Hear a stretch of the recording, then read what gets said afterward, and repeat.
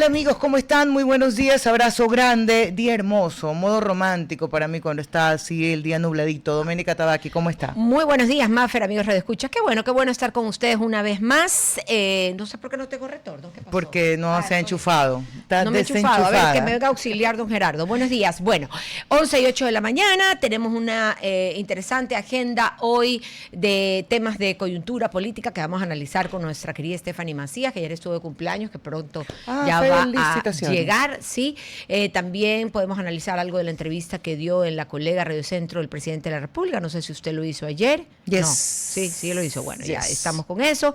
Y seguimos avanzando en el calendario para la próxima consulta popular que llevará a las urnas a todos los ecuatorianos y que, según dice el gobierno, será el método preciso para poder, de darse la Asamblea Constituyente, de poder tener la gobernabilidad que se necesita para los cambios estructurales del país. Yo quiero, antes de ir a la entrevista del presidente, porque creo que lo vamos a profundizar con Stephanie Macías se puede conversar de largo y de todo. De largo y tendido. De largo y de todo. Entonces me encontré con este tuit que me pareció importante, me pareció que era histórico y al final debo decir que coincido. Entonces dice así, esto es de Alfred Naranjo. Naranjo C.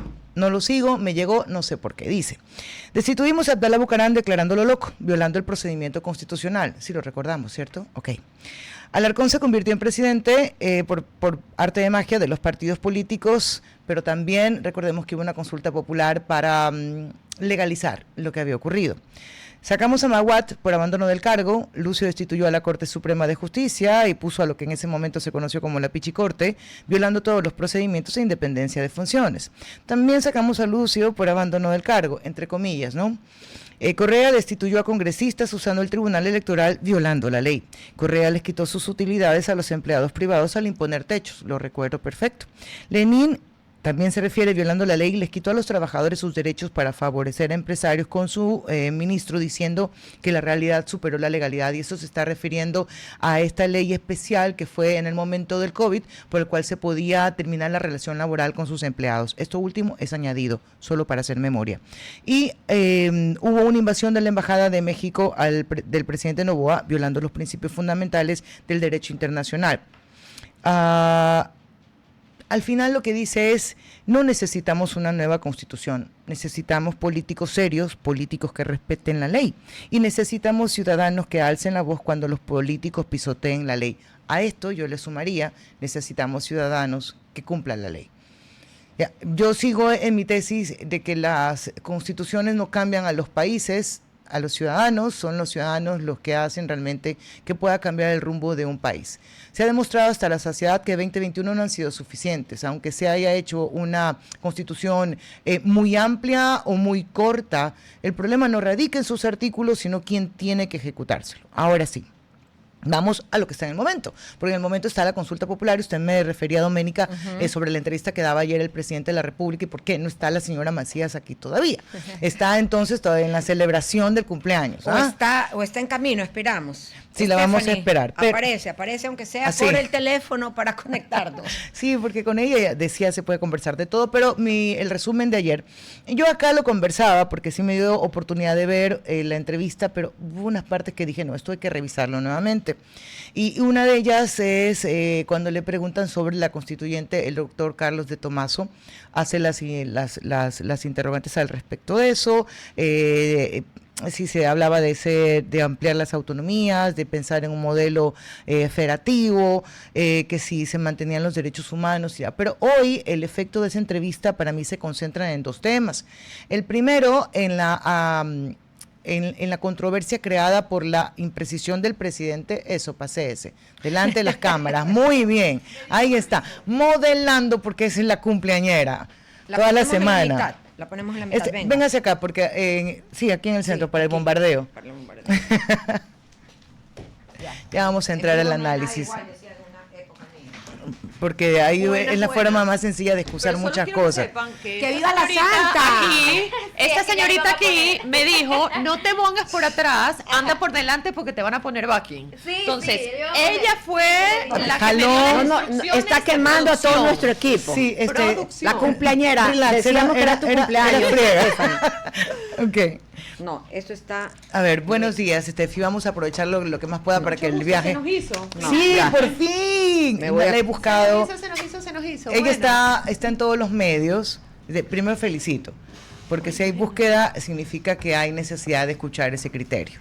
Y la he visto en diferentes medios de comunicación y ha tenido la postura clara. La vi sobre todo en el programa con Carlos Vera, con un análisis completo, incluido recomendaciones, guías y todo al momento que se estaba viviendo, y enfocado sobre todo en esta lectura posparo, de lo que le tocaba a cada uno de aquellos, de los actores de ese momento. ¿Cómo lee hoy la situación del país? Y ese programa era producto del boletín que hacemos en Buró Estratégico, que es unos boletines semanales, y una de las frases que a mí me encantaba de ese boletín es que dice que la gobernabilidad no es ausencia de protesta, porque la gente a veces mide y dice, no, es que la gente está con malestar y está protestando. Gobernar no significa que haya ausencia de protesta, significa que a pesar de las propuestas puedas evaluar, ejecutar, escuchar y de alguna manera gestionar ese malestar. Y que tampoco la gobernabilidad quiere decir que todo va bien en el país. Y que todos vamos a estar de acuerdo. Siempre hablamos de que la democracia no se inspira, se construye. Construir es aprender a que habrán miles de veces que nosotras tres no estemos de acuerdo. O que estén dos unas o una no. Es parte de la gestión de ejercer la democracia saludablemente. Yo ahora con el invitado que tenía, Rodolfo, le hacía este cuestionamiento y yo decía, ¿cómo se debe evaluar a una situación en particular? Dígase el paro, hoy podríamos hablar de la consulta, pero ¿cuáles son los tiempos para la evaluación? El primero en el paro, de forma inmediata, fue el gobierno, termina ganando. ¿Por qué? Porque sostiene una medida que dos habían intentado y habían refracasado en el intento, con costos altísimos. Pero ¿cuál es la siguiente evaluación que se hace de las decisiones de un gobernante? Evaluación / lectura acertada, porque hablábamos que cuando tú identificas qué es lo que sucedió en los otros dos paros y estás dentro de un cuarto de guerra, identificas y dices, ¿qué hay que hacer diferente? Identificas unas variables que son lo que yo le digo, la ecuación de las cuatro, la ecuación que era transportistas, movimiento indígena, líderes seccionales, toma simbólica de Quito. Entonces, volviendo a tu pregunta, Mafer, el hecho de que el gobierno haya hecho una lectura eficiente, entendiendo cuáles son las cuatro variables y cómo puedes desactivar cada una de ellas, llegas a una decisión de eliminación del diésel habiendo identificado exactamente cuál era la ecuación y habiendo hecho la lectura adecuada. Entonces, post-paro, la lectura hoy adecuada es que el ciudadano común, el ciudadano de a pie, no sienta que los efectos de la eliminación del diésel llegan a sus bolsillos. Entonces, es una transición entre autoridad, seguridad, transición hacia confianza y transición hacia bolsillo. Ok. Ahora, esto tiene un efecto hablando ya de una consulta, pero quería hablar un poco del electorado y de cómo se está moviendo la comunicación. He visto en particular la activación, que están en su derecho de hacerlo, y esto es en redes, que no lo controla el Consejo Nacional Electoral, de traer personajes que recuerdan mi época, o sea, es decir, personas que hoy tienen 45, que hoy día pueden tener 50 y 60. ¿El gobierno en su comunicación está enfocándose ahora nuevamente en los mayores? Creo que los mayores, hubo una reivindicación de la tercera edad, segunda vuelta. Okay. ¿Se recuerdan cuando hablaban de van a estar muy pegaditos y entonces tienes que llamar, tienes que activar? Y hubo una activación de ese voto que en verdad nos llenaba el alma. La gente de la tercera edad, con todas sus limitaciones, yendo a votar y activándose en sus chats familiares, súper activo. Es un nicho. Pero también volviendo a la parte de comunicación, estamos viendo la introducción de humor. Y yo en una de mis redes ponía algo que es cierto, que es que introducir humor en una estrategia, más aún política, es un arte. Porque es como un malabarista. Tienes que tener los tiempos de atención duran segundos. El humor puede ser la llave para generar cercanía y recordación, pero también tienes que tener identidad, tono y estrategia. Porque el sentido del humor tu sentido del humor no es el mismo que el mío y no es el mismo que el tuyo. Entonces yo creo que, y estoy refiriéndome al spot del Cholito, cuando llega este actor disfrazado de americano y le dice que estamos viniendo para el Moti. ¿Qué significa esto?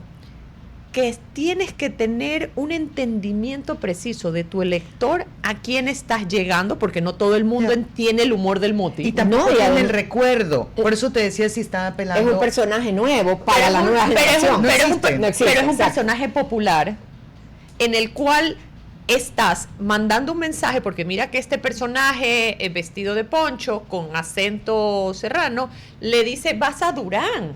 No, pues no te puedes ir a Durán. Entonces, estás teniendo un hilo conductor donde conectas a la sierra y a la costa con un mensaje que es seguridad, porque si algo nos está uniendo hoy como ciudadanos es la preocupación por la seguridad. Ahora, también el tema del humor es tan delicado en situaciones como las que estamos viviendo hoy como país, introducir el humor en el lenguaje cotidiano, porque a una madre que tiene a su hijo desaparecido, a la otra que lo tiene perdido en drogas, toda la comunidad que vive el tema de la inseguridad, hablarle con humor es también, puede ser, mejor dicho, un arma de doble filo. Y por eso digo, introducirlo en la política es casi un arte porque tiene que ser muy medido. Y dentro de esas mediciones consideras que cada vez la atención es menor, estás teniendo nativos digitales, pero también estás generando contenido de fácil multiplicación. ¿Qué es nativos digitales? Los que ya nacen incorporados con la tecnología. Nacieron con un USB. La generación... No le veas el ombligo. Es que es un ombligo digital. Y tú tienes nietos chiquitos, cuando les pones un iPad, ellos naturalmente mueven el dedito. O sea, nadie les ha dicho que tienes que mover el dedo. Entendido. Pero siempre se aprende algo nuevo en tecnología. Ellos son naturales para el scrolling. Claro. Nadie les ha dicho ponga el dedito. Entonces, nativos digitales. Increíble. Pero ¿por qué regreso a la pregunta? ¿Por qué nuevamente los adultos mayores? ¿O por qué no los tan mayores? Los cuarentones. Los semi-mayores, claro. Sí, porque cuando el presidente Noboa comienza su estrategia era dirigida al joven. Y dentro de sus discursos era yo soy el presidente joven. Y vamos con los jóvenes. Y su programa, que creo que ha sido mayormente difundido, es Jóvenes en Acción. Yo no lo percibo así, fíjese. Sí, Ana, por favor, el proyecto Ana y Lavinia es la principal vocera. Son 53% del electorado somos mujeres.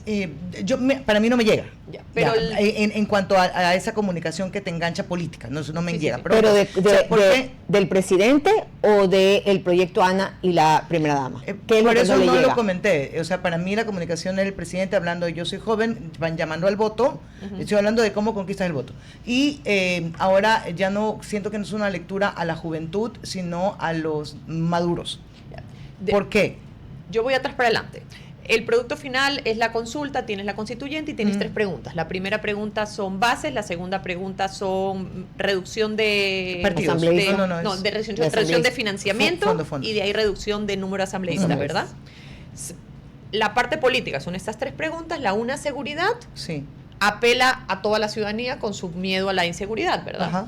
La número 2 y la número 3 tiene algo interesante, que palabras más, palabras menos, en una lectura estratégica, es patear el tablero político del país. Ajá. Y con esto, estos dos apelan a los jóvenes. Los jóvenes responsabilizan del status quo, de lo que viven hoy, de su realidad, a los políticos que no han sabido hacer su trabajo. Entonces, con estas 2 preguntas, si logras conectar con estos jóvenes que digan rechazo todo esto, tienes más o menos 20% del electorado. De ahí tienes el siguiente, que es 53% de la población, es mujeres. A mujeres conectas con 1, inseguridad, 2, si reducimos número de asambleístas y si reducimos financiamiento, vamos a tener mayor presupuesto para proyectos sociales. ¿Y eso será posible y real? Que el dinero que se deje de invertir o de gastar en ese tipo de actividades como los partidos políticos y demás, vaya de verdad a la seguridad. Por acá Mafe me preguntó cuál es tu análisis estratégico electoral. Ya, la pregunta de gobernabilidad y asuntos públicos y regulatorios es otra pregunta. Ahí le tienes que decir a Albertito Acosta qué piensa él. Ahora, yo digo, las preguntas que no son nuevas, las 3 no son nuevas básicamente, llegan siempre en un momento, o sea, las consultas terminan evaluando la gestión. Con esa lógica y con los resultados de las encuestas, el presidente tendría un ganar del 50 y 60% y 80% en algunas preguntas. Eso ya descoloca el no en cuanto a hacer campaña, cómo hacer una campaña negativa por la reducción de asambleístas, cómo hacer una campaña por el no quitarle el dinero a los partidos políticos. En la primera, yo creo que sí hay elementos para poder decirlo. En la segunda y en la tercera, no. Pero es que más allá si hay los argumentos o no, hoy ustedes dos me pudiesen decir quién es un líder de la oposición que pudiese sentarse a un debate con el presidente, no solo por el debate, sino por la legitimidad de los números y del apoyo que tenga un líder de la oposición per se, hoy no hay. Eso lo conversábamos, Mafe, recuerde, No el lunes decíamos que la oposición, lo decía yo realmente, que la oposición no está tan visible para el no, que digamos la campaña que hay a favor del sí va a ser mucho más fuerte, potente, que por el no, porque no hay ni siquiera un líder representante. De movimientos sociales pequeños para hacerlo, pero no habrá... Me desconcentra. Rodolfo es así, ¿qué manera? Mi veterano querido. Ya, estamos en el programa. Qué expliquemos que Rodolfo está en la puerta, parado de pie, y por eso nos no, quiero aprovecharle a usted, no a Rodolfo, dele, que el tiempo corre. Ya, dicho esto, solo vamos a poner números básicos. Ajá. Si el gobierno mantiene el eje en seguridad y soberanía nacional, puede sostener la mayoría en Guayas, Pichincha, Manabí y El Oro, que esto asegurarían 55%. Ok. Compensando en la eventualidad que tal vez Cotopaxi o Chimborazo no refleje la votación que tuvo en la segunda vuelta, sino que haya un desquebrajamiento. También es importante decir que la Sierra Centro y el indigenismo no vota en bloque. Mucha gente dice, no, es que el indigenismo va a votar así. Si bien es cierto, tienen una disciplina jerárquica en la toma de decisiones, el voto de ellos no es paquete. Bueno, lo demostraron en la votación última. Suelen tener esto. La Sierra Centro representa 12% de la votación nacional. Al final del día representan 1.2 puntos nacionales. ¿Cómo ve lo que nos dejó la última consulta, esa capacidad de no rayar de arriba abajo, sino de brincártela y hacer la discrecionalidad entre esta sí, esta no, esta sí, esta no? A mí me encanta porque hay gente que dice, es que los jóvenes son apolíticos, no les gusta la política. Yo digo, sí, no les gusta en Latinoamérica y en el mundo. En Ecuador, el votante, para los que nos están viendo fuera del país, en Ecuador es obligatorio ir a votar. Entonces, el votante, de alguna manera, es un ciudadano, un elector activo políticamente, porque en Ecuador vamos a las urnas de 2 o 3 veces al año. Entonces, decir que el joven es apolítico es solo por decir, porque el joven, por 3 elecciones al año, tiene que tomar una postura política. Entonces, con esto en mente, el ecuatoriano sí tiene la sagacidad y las herramientas discrecionales y políticas para poder identificar que sí y que no. El presidente dejó más pinceladas, te digo así como que con acuarela bien realita, sobre lo que quiere en la constituyente. De hecho, dijo que primero había que ponerse las medias antes que los zapatos. Primero, ¿cómo haces para que la gente se enganche en una constituyente si es más como un misterio envuelto en un enigma? Que casi no se sabe. ¿Cómo haces comunicacionalmente para decirle a la gente, vota aunque no sepas para qué? Yo creo que él viene en 3 etapas. Ajá. Está claro que este es un partido de 3 tiempos. El que piense que es tiempo 1 y se muere el tema y nuevo capítulo, no, yo creo que es concatenado. ¿Por qué digo que es concatenado? Porque la primera parte es la consulta y vamos a la constituyente. Y esa es una campaña que tiene una estrategia, tiene una manera de ser, tiene una manera de comunicar. De ahí tienes los constituyentes, que yo decía el otro día que una de mis preocupaciones de la constituyente en la etapa de candidatos es que recordemos a todos los que nos ven y escuchan que las seccionales son 20-27. Pegaditas. Entonces, si tú eres un político que está interesado en visibilizar su posible candidatura para que el partido te tome en cuenta, ¿cómo lo haces? Ser constituyente. Sabiendo que necesariamente no tienes chance, pero es tu manera para que puedas comenzar a activarte en medios, activarte en redes con una excusa para elevar visibilidad. Entonces vas a tener el candidato que de verdad seriamente quiere ser y va a hacer propuestas, y el candidato que va a hacer propuestas populistas que lo usa como plataforma. Que lo use de plataforma electoral y vas a confundir a los dos. Pero tú no crees que eso ya hoy en día está vetado por la ciudadanía, que ya ese antifaz de ignorancia que creen los políticos que tienen los ciudadanos se quitó. Pero lo que pasa es que te devuelvo la pregunta. ¿cuál es la diferencia entre el candidato de la camiseta de un color y la camiseta de otro en el puerta a puerta, entregando y haciendo reuniones en el barrio para decir mi partido es más bueno porque te va a hacer este cambio? Y al final del día, ese partido que me va a hacer el cambio, quiero que votes por mí, pero en verdad quiero que votes por mí para las seccionales. Estoy aquí porque es mi manera y mi excusa para comenzar a hacer territorio. Yo soy una convencida que hoy en día el electorado sí conoce realmente el fin que tiene el político. Pero que no se deja engañar tan fácil.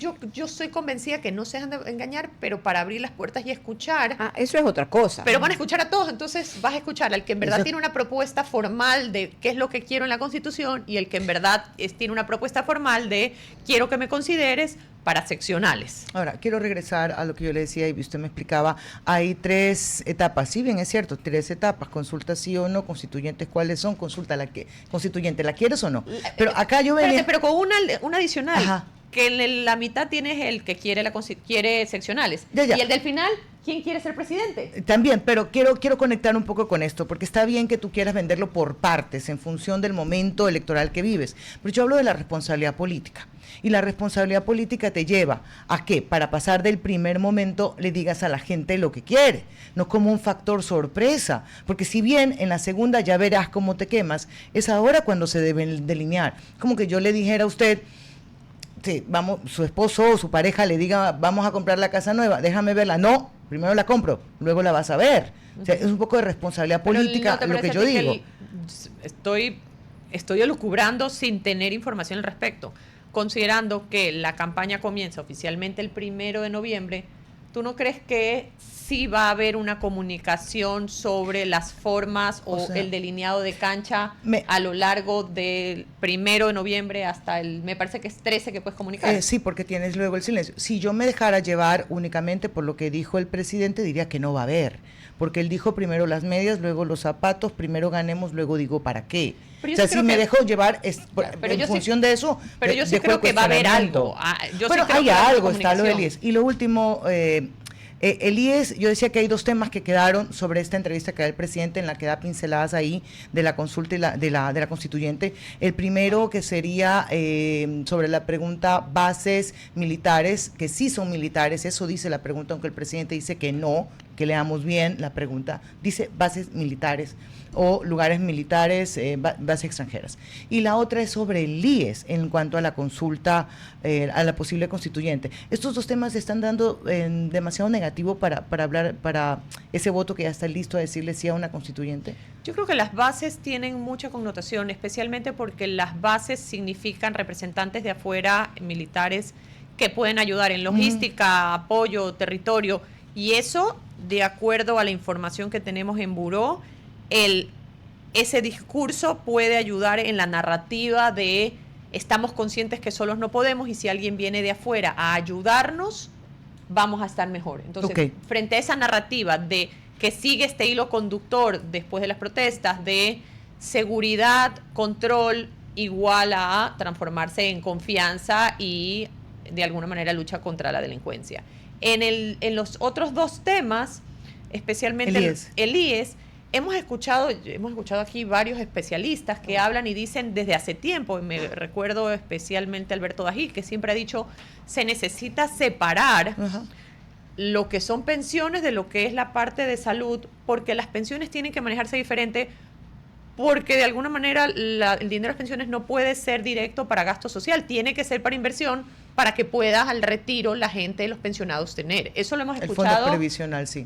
Alberto, perdón. Es que estuve con Alberto Acosta Borrego el otro día y dijo más o menos lo mismo con Alberto Ajica al respecto. Agradecerle, se nos hizo y hay que repetirla. Agradecerle, Stephanie, por haber estado con nosotros. Estefan. Me trataste usted. Ay, es que así siento que no sé, ya me pone el usted. Ya no es culpa. Le agradezco por la entrevista. Nos vamos a la pausa comercial, pero les recuerdo como siempre que Banco Guayaquil, el mejor banco del Ecuador, ese banco que siempre está pensando de qué manera ayudar, servir, colaborar con sus clientes. Si usted no es aún cliente de Banco Guayaquil, cambie ese banco como lo hice yo. 11:33, la pausa y volvemos. La ruta de la innovación se vive en grande, el Summit and Fest de Innova y Tech del 20 al 23 de noviembre en la Universidad Estatal de Milagro UNEMI será el punto de encuentro de la tecnología tecnología y el emprendimiento y la creatividad. 4 días de conferencias, chicas, 4 días de conferencias, talleres, ferias, estoy al aire, networking y el gran fest con artistas como Lennox de Zion. Y Lennox también, está Rakim, de Rakim y Kenway y la Sonora Dinamita. Además, speakers de alto nivel como Yokoi Kenji y Mauricio Hoyos. El acceso es gratuito con registro previo y el Fest con una donación solidaria desde $2. Conéctate con el futuro, regístrate sencillamente en www.innovaitech.io. Innovaitech by Foundation Misión Ecuador. RTP 96.5, a la conquista del mundo digital. Presenta sus nuevas instalaciones y tecnología de vanguardia. Renovamos nuestro compromiso de seguir brindando contenido útil y de la más alta calidad. Programas de opinión con referentes de la comunicación. Noticias para contar todo lo que está pasando en todo momento. Una variedad de segmentos con lo que necesitas saber. Y asociaciones internacionales estratégicas. Todo para mantener a nuestra audiencia y seguidores siempre bien informados. Siempre en RTP. Buena compañía. Y hemos regresado con ustedes 11:39 y quería contarles que Banco Guayaquil anuncia una alianza estratégica, una alianza de cooperación con Moisés Caicedo, conocido más como el Niño Moy.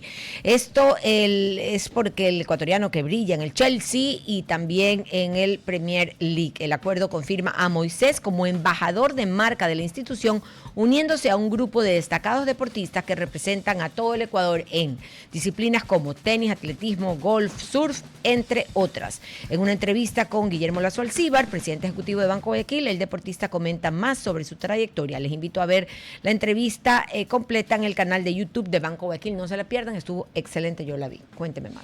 A ver, revisemos los últimos acontecimientos. Esto ha sido del día de hoy, fue en la madrugada, tremendo operativo que se da militares y la Policía Nacional con capturados, se llamó la Operación Libertador 3. Esto fue lo que ellos han llamado como un golpe en las estructuras criminales, 17 detenidos en 29 allanamientos en Guayaquil, zona 8, Distrito Pascuales y Quito, zona 9, también en Distritos Eloy Alfaro, Eugenio Espejo, Calderón, La Delicia y en Quitumbe.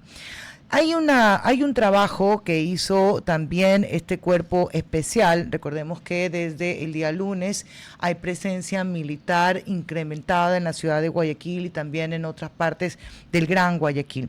Hay 22.000 especies de agencias de tránsito de 27 cantones, entre ellas agencias de tránsito de Durán, Quito y Guayaquil. Ellos hicieron allanamientos en una dependencia, han encontrado especies valoradas de las agencias de tránsito de 27 cantones. Incluye también a la ATM. Ellos han hecho una relación entre las agencias de tránsito municipales y el grupo criminal Chone Killers. No es la primera vez que los relacionan.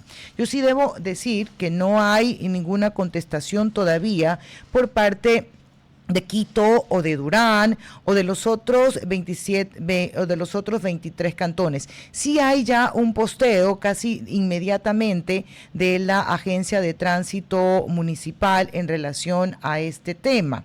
Ellos dicen que luego de este allanamiento que hace la Policía Nacional, la Autoridad de Tránsito y Movilidad ha informado que los documentos hallados en un operativo realizado en Durán no corresponden a documentos oficiales de la institución y por lo tanto son documentos falsificados. La auditoría realizada confirma que no existe faltante alguno dentro de los archivos institucionales, que las piezas incautadas no cumplen con los estándares de seguridad que tiene la documentación auténtica emitida por la ATM y que además la entidad ha presentado denuncias formales ante la Fiscalía del Guayas por el hallazgo de 77 vehículos que portaban stickers falsos detectados durante constantes operativos. Aquí cabe algo. Hay un trabajo de la Policía Nacional, la encabeza el ministro Reinberg. No es el primero que se hace en agencias de tránsito, recordemos en la misma Durán y también en la ATM. Este fue un allanamiento. Se encuentran documentos de 27 cantones, especies valoradas. Hace la aclaración ATM, dice son falsificadas, pero de fondo hay algo. Si usted falsifica documentación, y luego hay denuncias por inscripciones o registros de vehículos, usted algo tiene dentro de las agencias de tránsito que está permitiendo que ese documento falsificado termine legalizándose. O sea, desde ahí hay que partir. Y lo mejor, y a mí yo veo con agrado la posición que toma la ATM, es decir, ya ok, está pasando esto, esta es mi respuesta y esta es mi denuncia.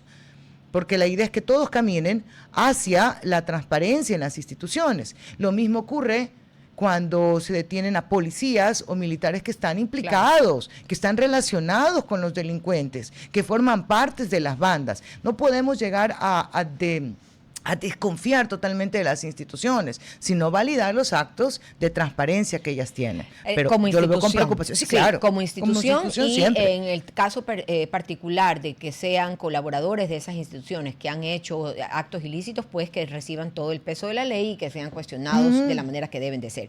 Mafer, de seguridad pasamos a salud y justamente nos acompaña ya en este momento para entrevistarla la abogada especialista en Derecho de la Seguridad Social, Patricia Borja. Buenos días, Patricia. Ella es experta, como les digo, en seguridad social y vamos a hablar sobre el tema del IES y del Ministerio de Salud. Justamente, según el presidente Noboa, que ha explicado en algunos medios ya de información sobre su idea de que el IES, o mejor dicho, de su propuesta de que el IES deje de ser prestador de la salud. ¿Cómo ve usted esto, abogada?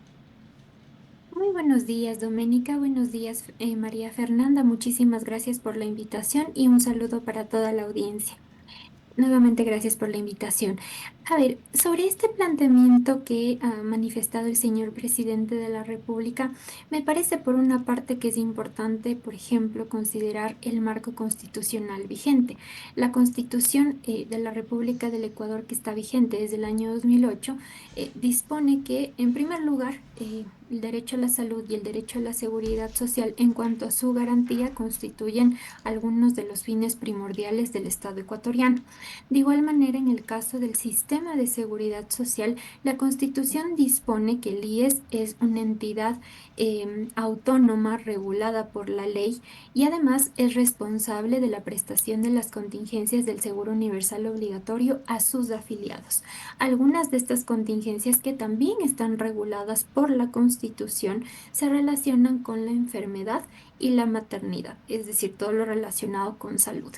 En este caso de estas dos contingencias o riesgos sociales, la Constitución dispone que serán atendidas a través de la red pública integral de salud, de la que forma parte el Instituto Ecuatoriano de Seguridad Déjeme Social. que la detengo ahí para hacerle preguntas, por favor. Está bien que hay un marco constitucional que hoy lo limita, pero la idea es cambiar ese marco constitucional para que lo habilite. La pregunta es sobre la condición que tiene el IES hoy y el Ministerio de Salud Pública. ¿Cómo, en la eventualidad que este cambio se diera, cómo pueden irse incorporando? Pues no estamos hablando exclusivamente de bienes, sino de personas, pero ambas, ¿cómo se van incorporando para concentrar el servicio de salud a través del ministerio? Sí, y justamente a eso iba. Muchas gracias por su pregunta. En este caso, lo que también se debe tomar en cuenta es que sí, el señor presidente ha señalado que esto sería parte de uno de los planteamientos para una nueva constitución, porque claro, el marco constitucional vigente no lo permite. Pero en este caso hay que analizar algunos factores. Uno de ellos es que el IES cuenta con 101 unidades médicas que son propiedad del Seguro de Salud Individual y Familiar, pero adicionalmente también cuenta con los dispensarios del Seguro Social Campesino, que son propiedad de este régimen especial a cargo del IES. Entonces, realmente la pregunta, la interrogante que surge es, ¿qué pasaría con toda esta infraestructura con la que cuenta el Instituto Ecuatoriano de Seguridad Social? ¿Será transferida al Ministerio de Salud Pública? Y los costos, porque claro, una transferencia de toda esta infraestructura representa costos. Entonces ahí hay otra interrogante. ¿El Ministerio de Salud Pública tendrá la capacidad para asumir todo lo que esto representaría? Y hay otros factores también. Sí, y si lo vemos un poquito nada más del otro lado, si esa salida y a los planteamientos que usted pone se le dan respuestas, fuera el alivio del IES para poder tener, sí, efectivamente, una cobertura para la vejez, y ya no sentir que está ahogado, porque donde hay más demanda de recursos es justamente en salud. Si esta fuera la oportunidad liberadora para que el IES pueda cumplir. Yo lo veo como un planteamiento muy delicado Ok, y en realidad no se conoce mayores detalles respecto de este planteamiento. No sé, porque esto no es algo que pueda ocurrir de la noche a la mañana. ujú, Esto debería tomar un cierto tiempo como mínimo, pero primero, en realidad lo que se debería conocer y como ciudadanos es lo mínimo que podríamos esperar, verificar los análisis, los estudios de riesgos o de impacto financiero, porque este también es un tema financiero, jurídico, claro, operativo, para verificar cómo se realizaría este procedimiento, en qué tiempo se realizaría y además, como es un tema financiero, aquí si me permiten, hay que considerar que en este caso no solamente se trata de la infraestructura del seguro de salud individual y familiar y del seguro social campesino, también se trata de que ahora mismo el Estado ecuatoriano tiene una deuda que, según los datos del IES, según lo que se conoció hasta noviembre de 2024, supera los 17.000 millones de dólares. Entonces, ujú, ¿qué pasaría con esta deuda? Y esta deuda obedece a la atención de los jubilados en las unidades médicas del IES. Me refiero solo a la deuda con el seguro de salud individual y familiar. También por concepto de la atención a personas que lamentablemente padecen de ya. enfermedades catastróficas. Entonces, aquí el detalle es si esto ahora mismo el Estado ecuatoriano lo tiene como, o lo mantiene como una deuda de gran envergadura, podemos plantear otra interrogante en realidad. ¿El Estado ecuatoriano, a través del Ministerio de Salud Pública, estará en la capacidad de asumir todos los costos que representa la cobertura en salud, ya no solamente de la población que tiene a cargo, Usted, sino también del seguro de salud individual y familiar y del seguro social campesino? Y eso lo veo muy complejo, usted porque tiene habría que cifra para realizar eso, usted tiene cifra para eso. ¿Cuánto de todo el presupuesto de, vaya pues, del Instituto Ecuatoriano de Seguridad Social se destina a salud mensualmente o anualmente, si no nos queremos poner tan exquisitos? A ver, en este caso no le podría mencionar ahora mismo una cifra Ok. exacta, se puede revisar en el presupuesto Ujú. que está contenido en una de las resoluciones del Consejo Directivo del IES que está disponible en la página web, pero en realidad son costos muy significativos en el caso, por ejemplo, de la atención para quienes padecen enfermedades catastróficas.